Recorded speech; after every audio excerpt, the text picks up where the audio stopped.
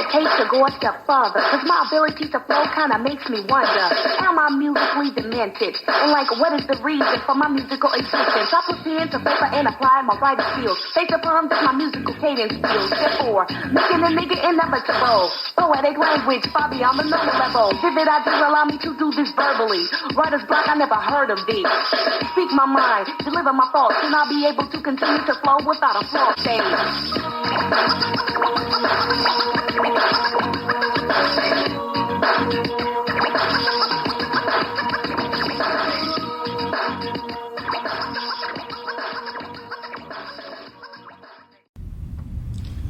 Welcome back to another episode of Woke at Midnight.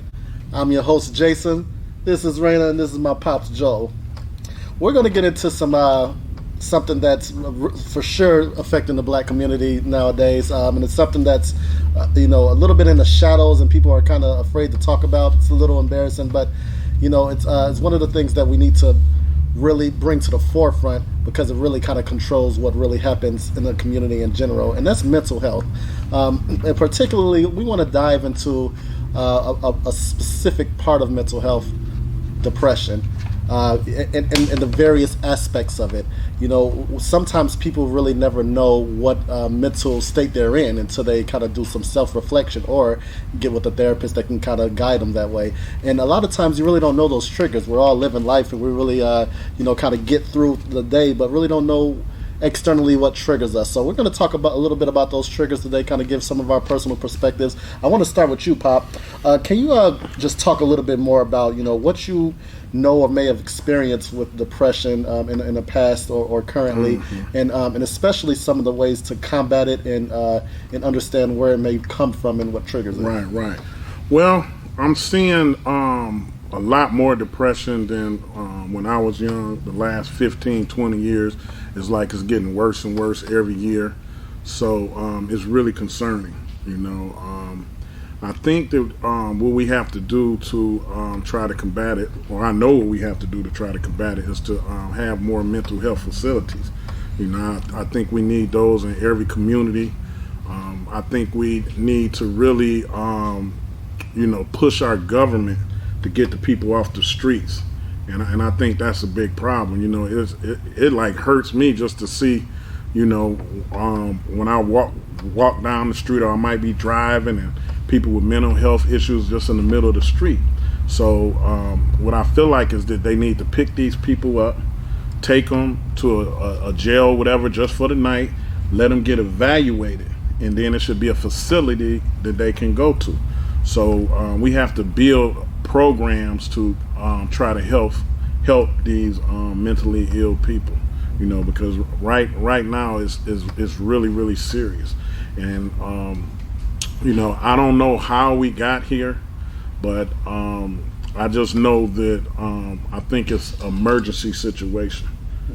So we have to really take this serious and understand that we can't wait any longer, because it's too many people who suffer from it. Now, from what you've just said, it's almost as if depression and homelessness are correlated, but there's a lot of non-homeless depressed people also, that may not be showing those exact same characteristics of giving up on life, or not taking things serious, or having that motivation.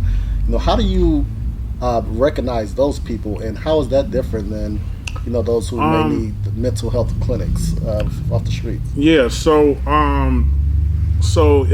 it's not different. It's a lot of people. You're right that most of us know people that suffer from depression. But I think we all suffer from it, but different levels, right?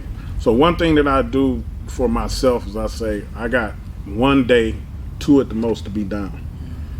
Then the third day I'm back, and I got a new plan, right? But it doesn't help when you have the type of environment that we have right now in the country. You see what I'm saying? Because people thinking there is no hope, and when you're thinking there's no hope, and you're not used to winning, right? Then now here you go into depression. So it has a lot to do with what's going on, and I mean, because let's think about it. You can't even drive down the street without somebody being angry and bumping the horn at you. You know, it's in every part of our life. You know, so I think that we just have to learn how to be more respectful to each other. You know, everybody's on edge. Everybody is uptight. You know, and like I said, it's like a snowball effect because it's the masses. You know, so I just think when I was talking about homelessness, I was just probably going to a level 8 or a level 9. But when you talk about depression, I think all of us have some, you know, form of depression. Yeah. I just think there's levels to it. That's huge. Raina, what do you think about that? Well, one thing that I like to do, we're saying depression and we're using the word because we know what it means. But sometimes things hit a little bit different when you actually look the word up and have the actual definition of what it means. So, this is a serious health condition that causes ongoing sadness, a loss of interest in activities, and low energy. And so I think that sometimes, you know, actually being able to pinpoint and having specific characteristics would also be able to let someone know, like, hey, that's me. Or I'm dealing with that sometimes too. Not necessarily, because I wonder if when most people hear the word depression, we're thinking down and despondent and heavy and all day long, and it might not necessarily be all day long, do you know what I mean? Or there might, like you were saying earlier, there are things that would trigger it. So what triggers would take you from a heightened, elevated, normal mood to all of a sudden in your day, now you're just, you know, down levels on levels. And I think because we use the word mental illness now, and no one really wants to admit, hey, I have a mental problem. So we have the issue of with people even actually admitting. You have to admit it first. We could do anything to and have all the things out here to help, but if you don't, like you say, you give yourself a day or two to be down, and then you got to shake that off and keep pushing. But you have to actually do that self-reflection to be like, I have a problem, and this is what it is. It's interesting, both of your perspectives, because what it kind of alludes to is that depression is fluid, and that it's not necessarily a short-term or long-term thing. It's more of it could be here, and then you could do something. You can focus your mind in a way that can kind of put it to the side, and then you know, yes, externally things could trigger, you know, how you may feel about yourself or how things are going, but overall, you ultimately can kind of you know, I don't want to say turn it on and turn it off, but sometimes it's there and sometimes it's not, and that's an interesting way of looking at it. You know, I guess growing up thinking depression is more of a long state in which you're almost trapped in the abyss, if you will. But I guess people experience it differently, you know, and it's really about knowing how with yourself and how you handle yourself. And Pop, I thought that was really interesting also about, you know, if it's 2 days, you know, almost force yourself to come out of it afterwards. And I feel like that requires some type of mental acuity or mental toughness to be able to do that. How, you know, with depression, it's not like it's voluntary. It's not like you say, okay, I'm gonna be depressed right now. So with that being the case, how is it that you can involuntarily go through a moment of depression and then voluntarily pull yourself out of it after 2 days, 48 hours? It's basically your approach to life. And I'm gonna go back a little bit because I should have mentioned this when I was talking earlier. We're living in a society that makes money the center of everything, and it's coming from the top to the bottom, right? Money, money, money, money. So people are stressed about money, and we're not talking about creating, right? So everybody's on this rat race trying to get money, but when you're creating, you know, everything seems like it's not as bad, right? So that's what I do. You know, I look at the positive, like, oh, I'm working on this project. I'm working on this project. I'm working on this project. So I had to get in a state of mind to where money is what it's going to be. You understand what I'm saying? It's what it's going to be. And we have been trained, right, to, and I hate to say it, to worship money. Our music has, raised probably the last 30 years, raised a couple generations of people who just worship money. And I think money is the root of a lot of the depression, because people feel like that if I don't have this amount, right, then I'm not this or not that. I'm not full, right? But your existence should be about just creating things, and then everything will come. And we've got away from it. Like our morals are low, and we are teaching. We got to look at America. We're teaching that money is the God right now, and until we get away from that, it's going to be hard to kill depression. Oh my God, I don't have no more gummies. Oh, that's no. But maybe I got something in here. Yeah, I got a little something. My break from work. But I can't go back smelling like this. Where's my chronic killer? I need my chronic killer. Oh, there it is. Yes. Oh, strawberry. You see? I come when it comes. Nothing. No ganja, no nothing. Who killed the chronic? You did. Chronic killer. Oh, it smells so good. Okay, your boss is coming. Oh, okay. Gotta go. That's good.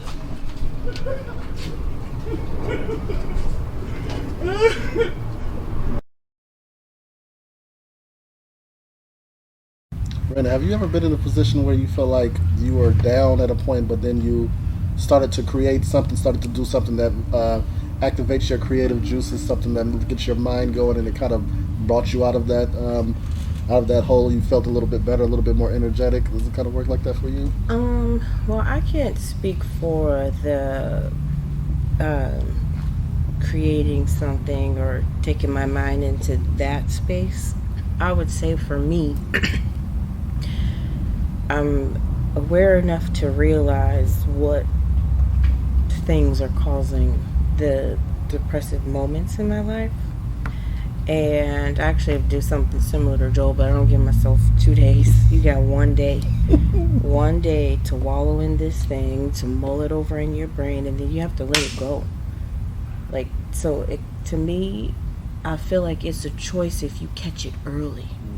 But if you just keep rolling it over and playing it over, or whatever the case might be, and then you start to let it consume you and control you, it rules you instead of you ruling over it.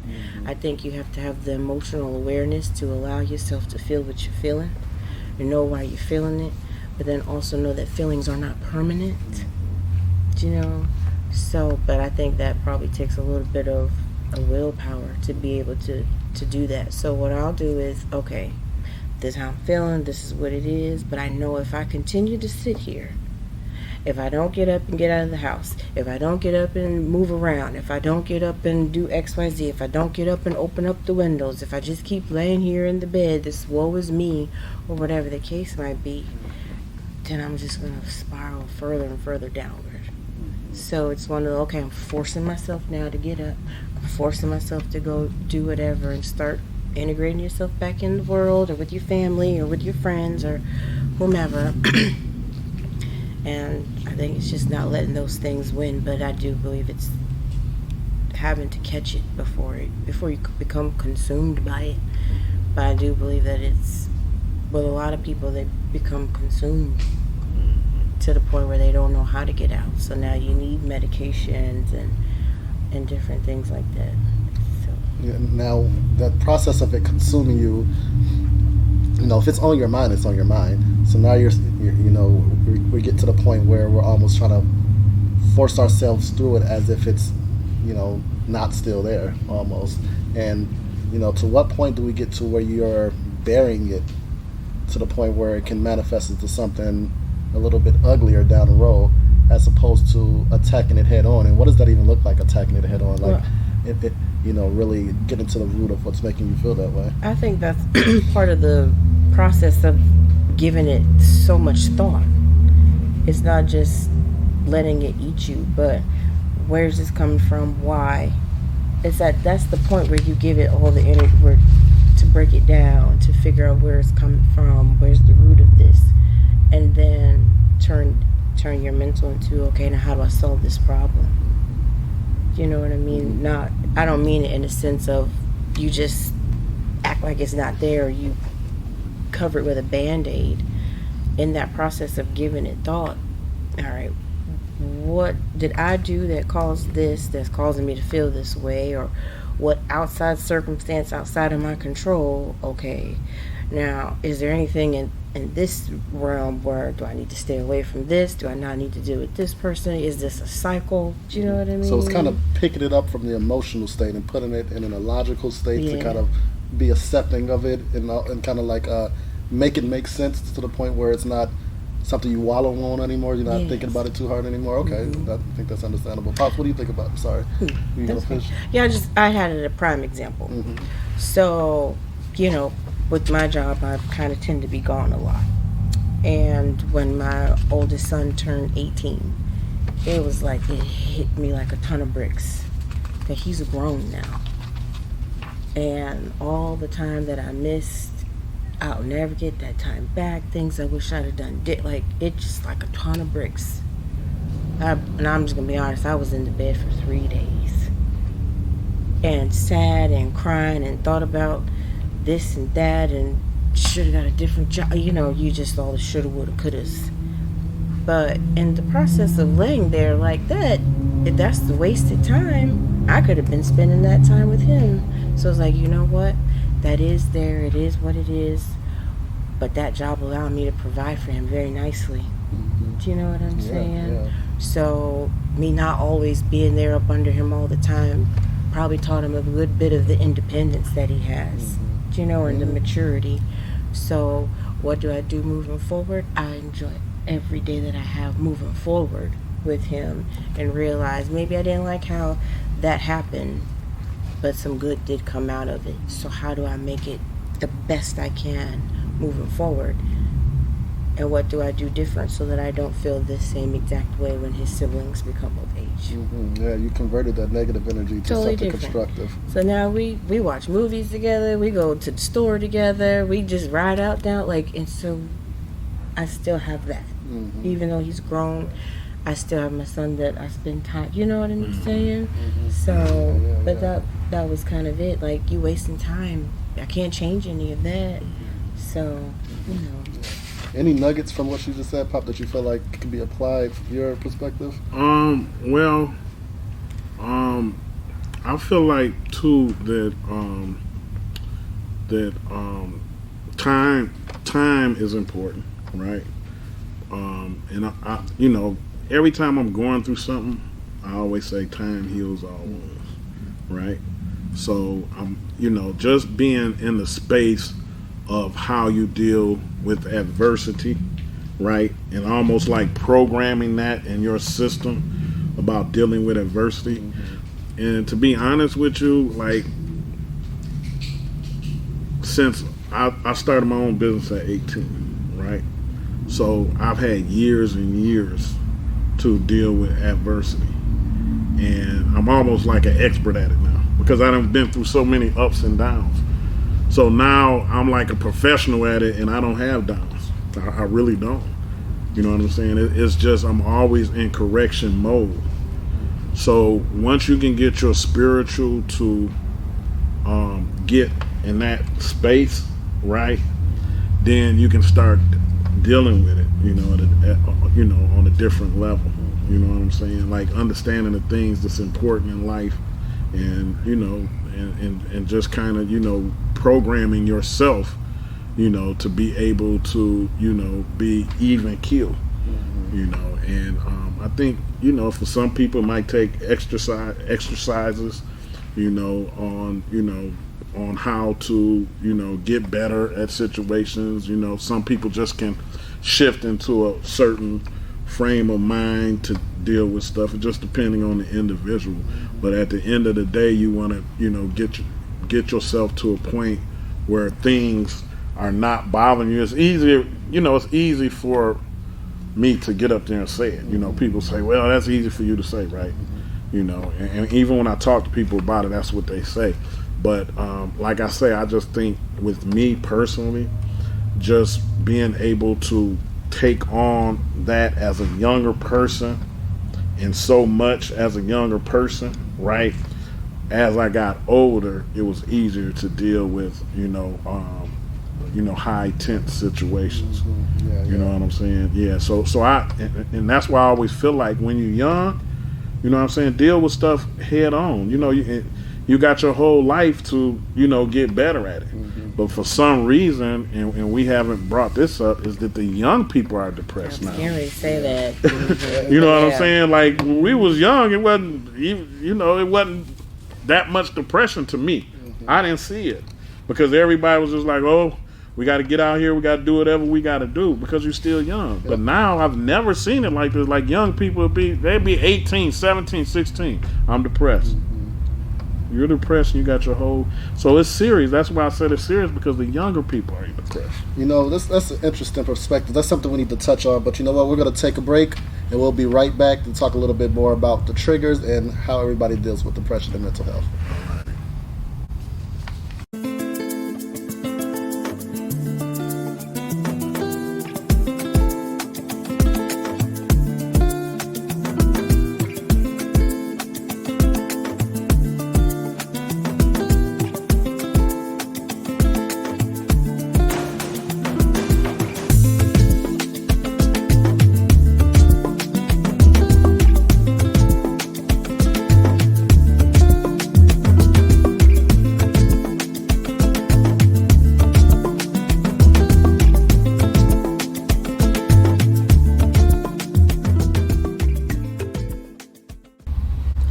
Welcome back to Woke at Midnight.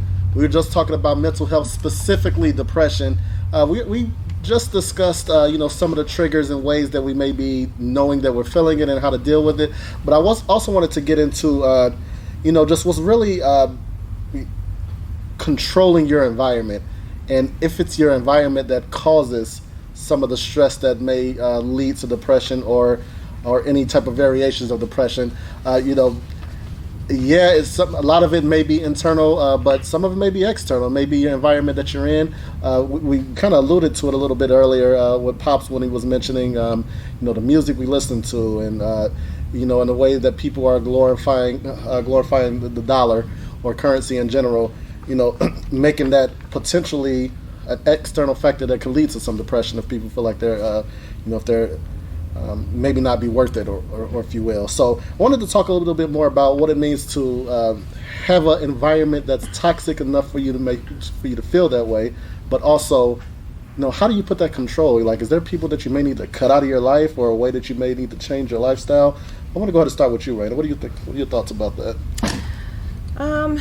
So I think when it comes to controlling your environment, to a degree, depending on which environment you're changing, there might only be so much you can do. Like in your personal life, then yes, you can cut people out or alter your activities and habits. But when it comes to the workplace toxicity, I think that hits a little different. I mean, unless you work for yourself or you're the boss and you can let people go or rearrange, that's a tough one. But, it might not even necessarily mean the people that you work with. It could be doing something that's not fulfilling you. And having to get up to do that, whatever that might be every day, you're not motivated. You have no determination. You probably feel purposeless, So,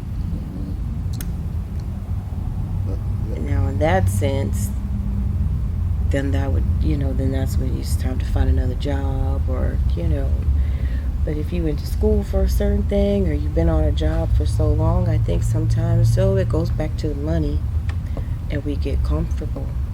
and complacent.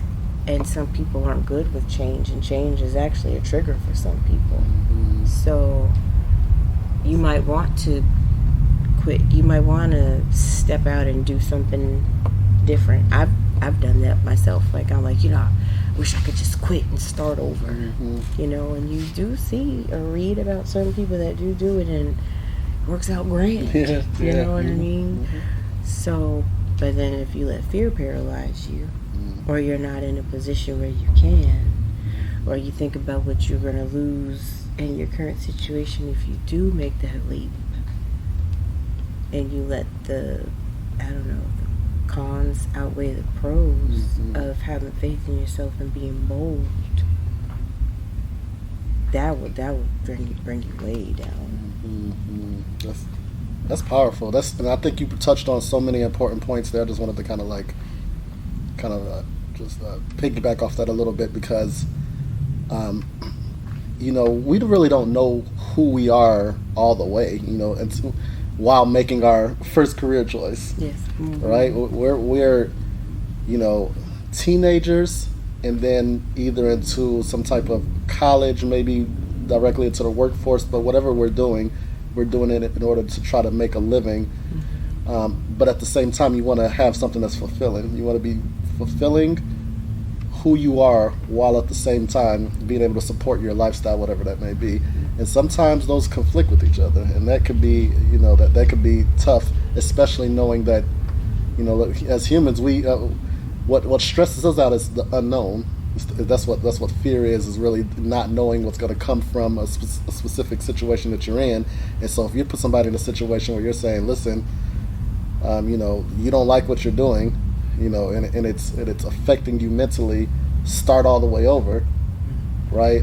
Now that fear right there can probably even drive them more to be even more stressed. And so it's not, now you got to make that decision. That's okay.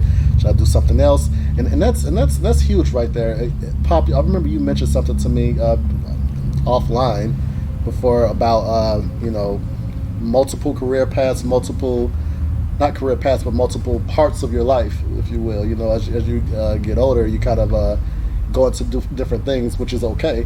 And and when you're young, you really don't think that far ahead. You don't know, okay, well, this part of my life I'm doing this part of my life I plan on doing this. Try to think 30, 40 years ahead. That's tough to do, especially concentrated on your current life. So, Pop, just kind of, if you could, just kind of elaborate a little bit on that in terms of, how does a person, able to be fulfilling while at in order to try to avoid what could come with it, with not being fulfilling, which is the stress and ultimately probably the depression, and also make it work for their life, so to where they feel like not only are they fulfilling their destiny, but also living the life that they want to. Well, our parents taught us wrong. That's number one. For years and years, our parents taught us, go get this good job, right? And the job has nothing to do with you being successful. Really zero, right? You find your career, right? And then you follow that path, and all the things around that is what makes you successful. Wealth is not created by you having a transaction and getting a paycheck, right? You can get a paycheck every week, and I always say this, right? Here come your paycheck, $800. Rich people don't think about a paycheck. You think about creating value. And we don't understand that, our people don't, right? So let me get a statistic to you. According to the American Psychological Association, 81% of workers report that workplace stress causes feeling and anxiety of depression, right? So what that means to me is most people are just working and in survival mode. Right? You're in survival mode, but you don't have to be in survival mode. But you think in your head, I got to get this money, I got to do this. I understand that, right? But everything will work out for you if you go ahead and just chase what you want to do, right? Like, I'm telling you, like, for years, a parent be like, go be a doctor, go be this. I don't want to be a doctor. They would say, oh, don't go get that football contract right now, go to school, make sure you go to school. So everything they taught us was just what they were taught. So we kind of working from a slave mindset, right? When you get into the environment that you want to be in, you can excel, right? But that don't mean quitting soon as one bad thing happens, and that's why it's important to have good people around you that push you and to motivate you, because you know how it is. Something happened, your friend like, I told you don't do that, or your husband, I told you don't do that. You need a support system around you, and you need to follow your dreams. And when you follow your dreams, that's going to open up opportunity for you. You understand? You'll think straight. You can. It's almost no industry that you can be in that you can't make work. Right? It's money in everything. It's success in everything. Right? But you have to be able to, to see it and to envision it. Take a deep breath and say, how can I make this work? But a lot of times we're in survival mode. So when we're in survival mode, we're going back to the mistakes that we made in the past, right? And then we're trying to take it from there. Sometimes you have to be like, you know what? I just made mistakes doing this. Let me go ahead. This is what I'm going to do, right? And I've said this plenty of times on the show. I worked at Chrysler when I was 18 years old. That was the last job I had. I believe I was getting out of high school, and it was like a summer job. And they were paying a whole lot of money. You sit there and get double time. And a lot of people in Detroit, they worked at the plants and made a good living. I worked there for 1 week and said, I know I'm not about to be doing this my whole life. Because it brings on depression, it brings on everything, because you're not in your environment of what you want to do. But people have responsibilities. But so just say, for instance, I'm working at a job, right? And you're like, but I need money. It's all right to go do labor on the side, but that shouldn't be your regular everyday thing. You see what I'm saying? Like when I need extra money, you know what I'm saying? Everybody always, and I don't care how big the company is, sometimes you just need cash. You just go do what you have to do. You see what I'm saying? Go do some labor, go do this, go do that. Yeah, so when you talk about the internet now and those resources, you can do little things on the side from home, and to make up just until you get to where you're trying to go to, a little bit of money here, a little bit of money there. So I don't think that anything is worth your mental health, right? So if I'm at a job and I know this job is just making me stressed out, then I'm going to have to leave that job, right? Or at least I'm going to plan to leave. I'm not saying hop up and leave it right now. I got bills to pay. No. But in my mind, I'm like, I'm good now because I know I'm leaving. I'm just making my plan. It's going to be 90 days down the road, but I'm leaving. And now I'm going into something else, and I made my final decision. And I'm going to stick to those numbers, and I'm just going to make it happen. So that positive type of attitude, you don't have to stay in a funk. So that's a way that you can deal with it. All right. And we'll be right back with more Woke at Midnight.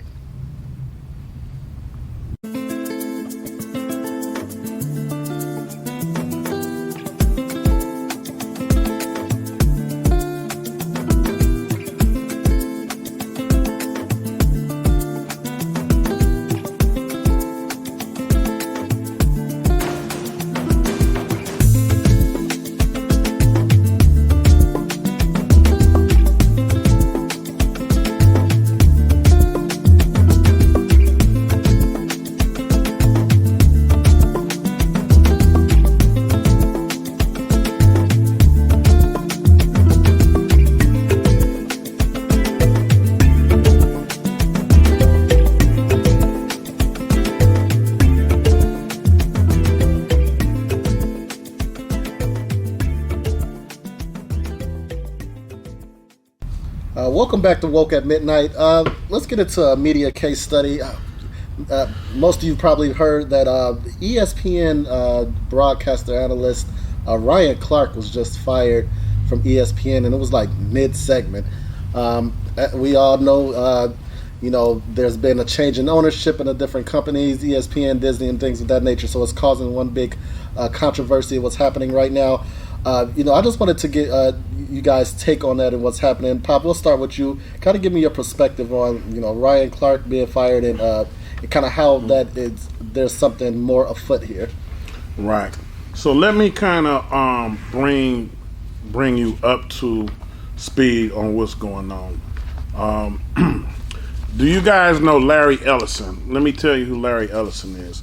Larry Ellison is the executive chairman of Oracle, which is one of the biggest companies in the world. Larry Ellison is worth $200 billion. So he's right there, always in the top 5 of the richest people in the world. Now, Larry Ellison funded Donald Trump's campaign. He was the #1 donor for his campaign, as we know, but you know how that is. They got so much money coming from so many different places. But he also is he also was the big reason for Disney being bought out, because they bought Disney. Even though his son was the person who bought Disney, he was the one who put up the money. And that kind of sent off a chain reaction, because they also bought the majority of the stock in TikTok. And Trump kind of got in with the government, and they kind of made it happen. Because Netflix, right? Netflix had the leading bid for the longest, and everybody thought it was a done deal, and then the government stepped in and said, "No, come on in here, Larry Ellison." So what does that do?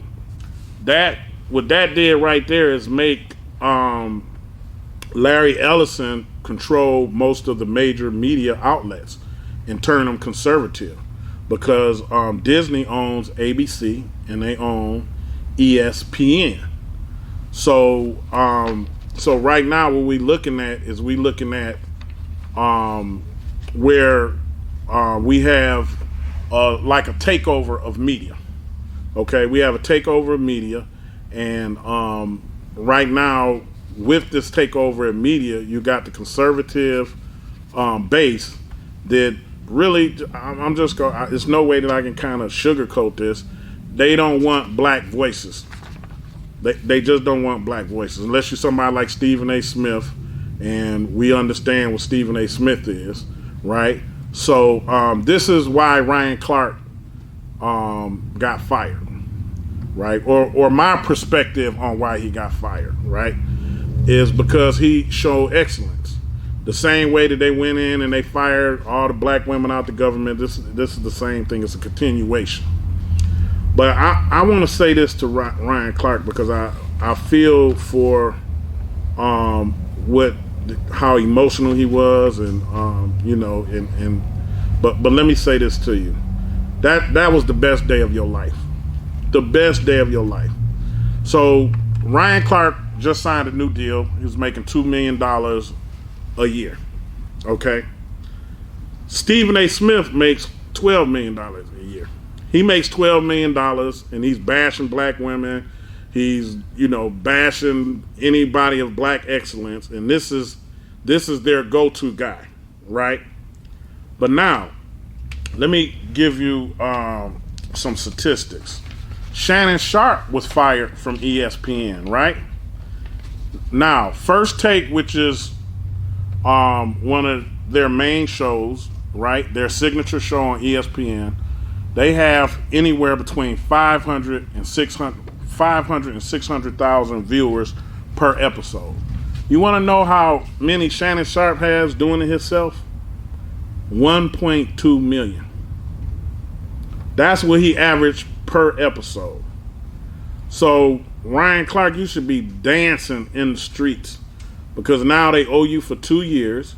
You can go out there and do your own thing. And even if you want to sign with another company, they're going to have to pay you a whole lot of money. So you were underpaid. I think most people understand, or most people have the view that you are, if not the best, one of the best analyst on TV. You kind of was The Rock on ESPN, right? Just because you said what was on your mind, just because you tackled issues, they got rid of you. So my thing to people, especially the black community, why do you guys want to work for somebody like that? Why would you want to work for a company like that?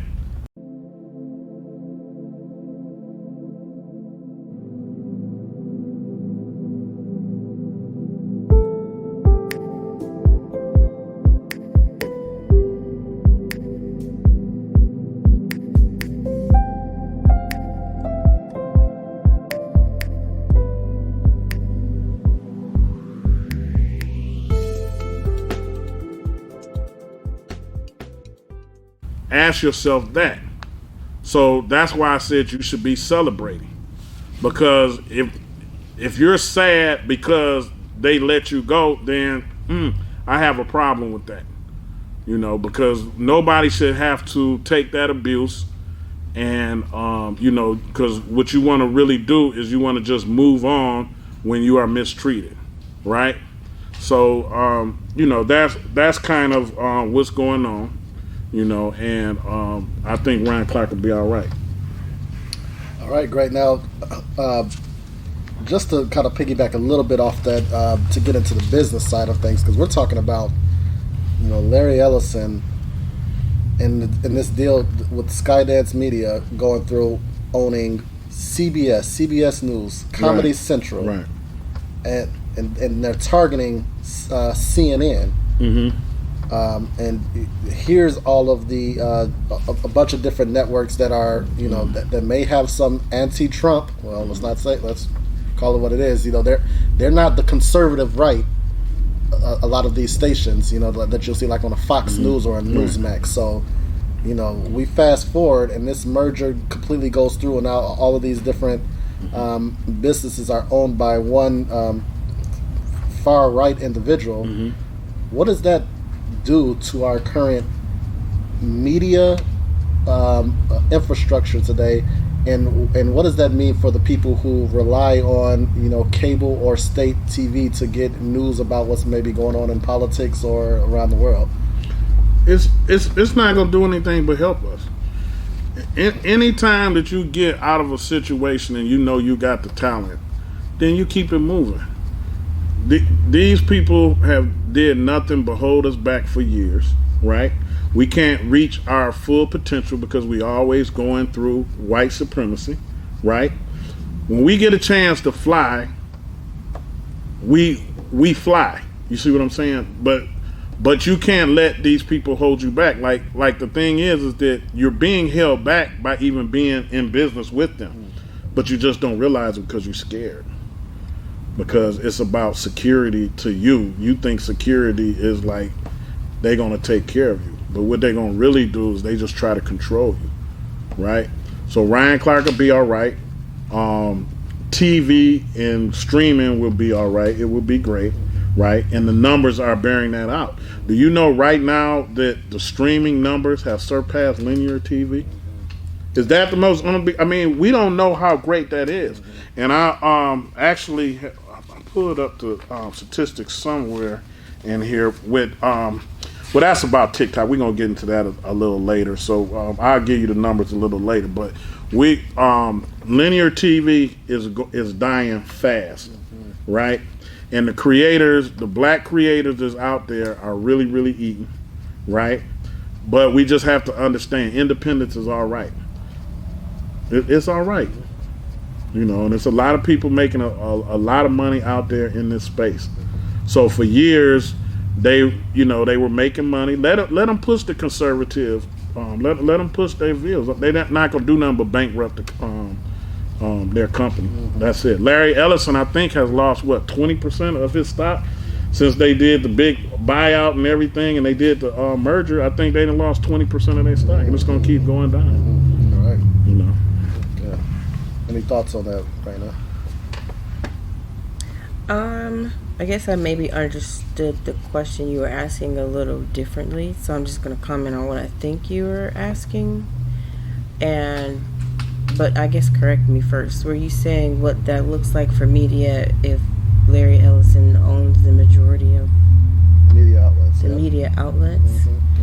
Yeah. So in my mind, it looks like it's very one-sided, because if you own these things, you're only going to play and allow to be played what you agree with, what fits your moral standard, or whatever lines up with you personally. So to me, I think that's control. Yeah, it's. I think you bring up a Pop. You specifically. That's a great way of looking at it, because let's say he does buy even more media companies. Let's say he owns all of TV. At the end of the day, the way that media is being distributed nowadays is completely different than it was 10 There years you ago. go. It would be different. And I love the mindset of you need to free yourself from the control on all parts of the supply chain, which includes distribution of content. And there's so many different ways of distributing content. Not only do you have online on all the different social media platforms, obviously you have YouTube and a bunch of different other platforms that allows you to simply distribute to the public the content that you created, and ultimately the power belongs to the creator. So this deal with Larry Ellis, he may be thinking that he's taking over the world, Ellison, and people just gonna stop watching and tune in some other type of way, and next thing you know, the ratings are gonna start going down.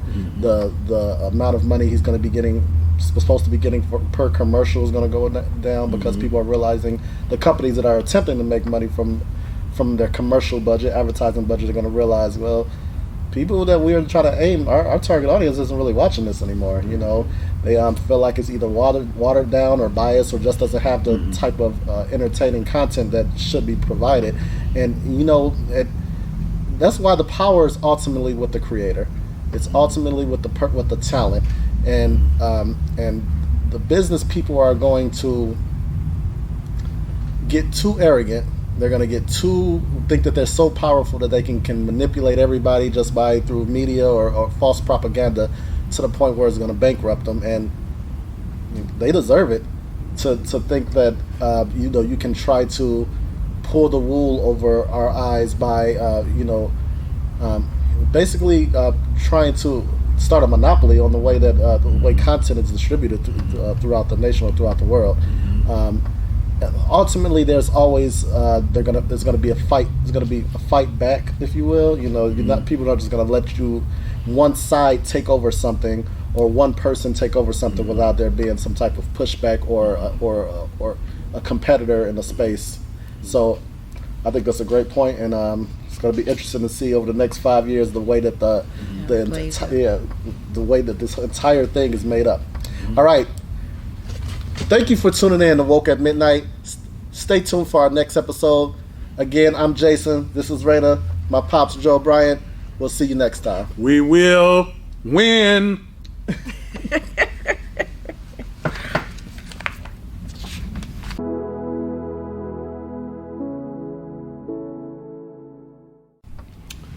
I want to thank you guys for supporting us here at Woke at Midnight. We've been doing great, and it's all because of you. But I want to let you guys know that we're just not a show, we're a network, and we're trying to do the right thing, and we're trying to bring consciousness to our community. So we have other shows, Wake Up Right, QDN Afternoon, QDN News Plus, and much, much more coming to you.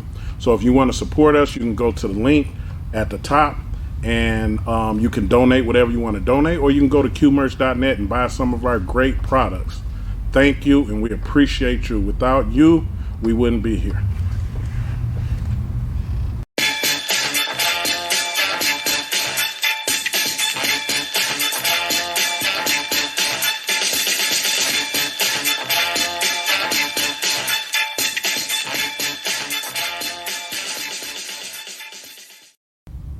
For the full version, log on to qmerch.net.